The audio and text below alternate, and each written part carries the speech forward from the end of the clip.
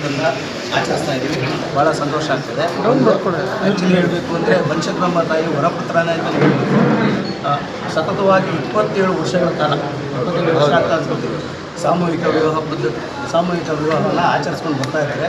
ಇದರಿಂದ ಭಾಳಷ್ಟು ಜನ ದೀನದಲಿತರಿಗೂ ಬಡವರಿಗೂ ಅಸಹಾಯಕರಿಗೂ ಪ್ರತಿಯೊಬ್ಬರಿಗೂ ಅನುಕೂಲ ಆಗಿದೆ.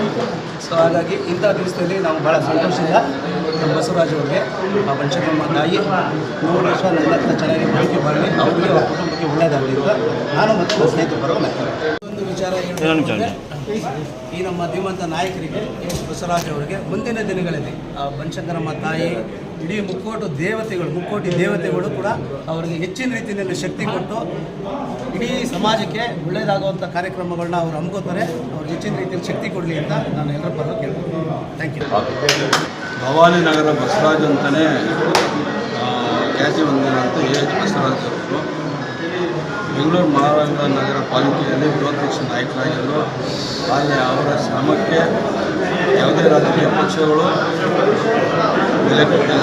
ಯಾಕೆಂದರೆ ಅವರು ಈಗಾಗಲೇ ಇಷ್ಟೊತ್ತಿಗೆ ಅವರು ಬೆಂಗಳೂರು ನಗರದ ಒಂದು ಶಾಸಕರಾಗಿರಬೇಕಾಗಿತ್ತು.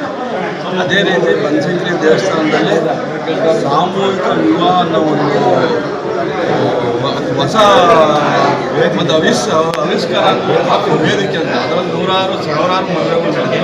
ಅದೇ 27 ವರ್ಷದಲ್ಲಿ 100 ಮದುವೆ ಮಾಡಿದ್ದಾರೆ. ನಮ್ಮ ದಾಮೋದರ್ ನಾಯ್ಡು ಮತ್ತು ಅವರ ಸಂಘಟನೆಗಳು, ಆಮೇಲೆ ಏನು ಭಾಜಪ ಅಂತ BJP ಕಾರ್ಯಕರ್ತರ ಬಂದರೆ ಸಹಯೋಗದಲ್ಲಿ ಅವರು ಇಲ್ಲಿವರೆಗೂ ಯಾವುದೇ ಚ್ಯುತಿ ಬರದೆ ಆ ಒಂದು ಕಾರ್ಯಕ್ರಮ ಸತತವಾಗಿ ನಡೆಸ್ಕೊಂಡು ಬಂದಿರೋರು ಯಾರನ್ನ ಎಚ್ ಬಸವರಾಜ್ ಅಂಥ ಒಂದು ಧೀಮಂತ ನಾಯಕರು.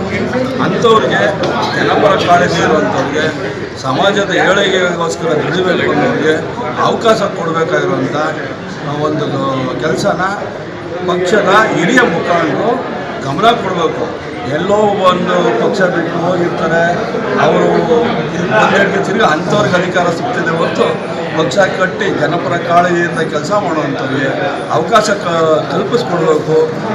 ಸಮಾಜದ ಏಳಿಗೆ ದುಡಿಯುವಂಥವ್ರಿಗೆ ಒಂದು ಅವಕಾಶ ಹೆಚ್ಚಿನ ರೀತಿ ಕೊಡಬೇಕು ಅಂತ ನಾವು ಇಡೀ ಪದ್ಮನಾಭ ನಗರ ಭಾಜಪ ಸಂಘದ ಕಾರ್ಯಕರ್ತರ ಪರವಾಗಿ ನಾವು ಎಲ್ಲ ನಾಯಕರನ್ನು ವಿನಂತಿಸ್ಕೊಳ್ತೀವಿ.